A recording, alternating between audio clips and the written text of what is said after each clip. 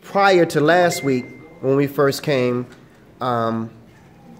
he talked about his dad a little bit and the relationship with the dad, and that's what the poem was about, right? Yes.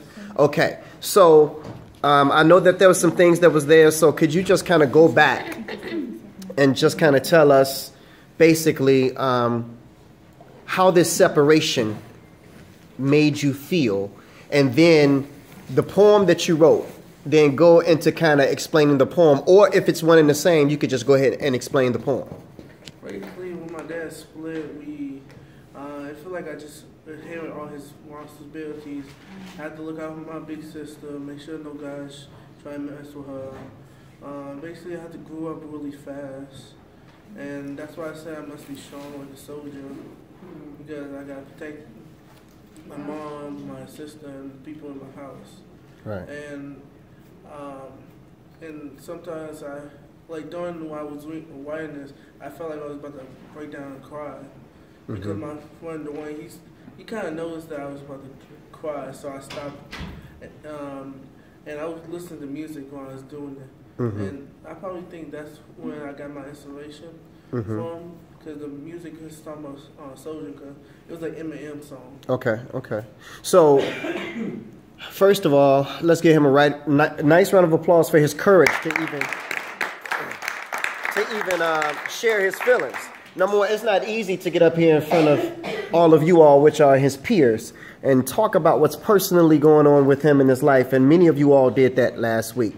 But just to culminate everything and the piece that you wrote about your dad and the relationship and growing up and having to be the protector of your mom and your sister and being that soldier, once you actually wrote it, once you actually got up here and you expressed it in front of a group, how did that make you feel? Did it give you a little bit of a release like the little sister said, or how was it?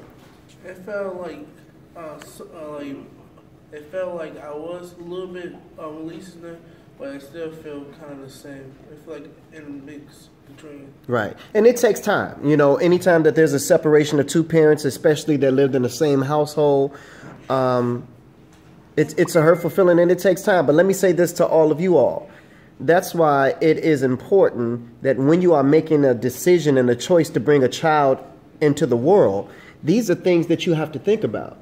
Because eventually, if you're not going to be with the father of the child, or if you're not going to be with the mother of the child, you're going to have a child just like this young man who's going to sit up, and they're going to experience the same hurt and the same pain that he's experiencing because of this divide. So when you're making these choices to have sex with someone, unprotected sex, or when you're making the choice to enter into a relationship with someone that might end up being your child's father. You have to think about that. My father always told me, whenever you decide to be with somebody in a relationship, ask yourself the question, is this person the person you would want to be the mother of your child? Because I'm telling you, things happen. And even protection is not 100%. Condoms is not 100%. Birth control pills is not 100%. Things happen. So we got to make good choices, and we got to make sound choices, and we got to make futuristic choices also as well. So give this young man a nice round of applause for being so strong.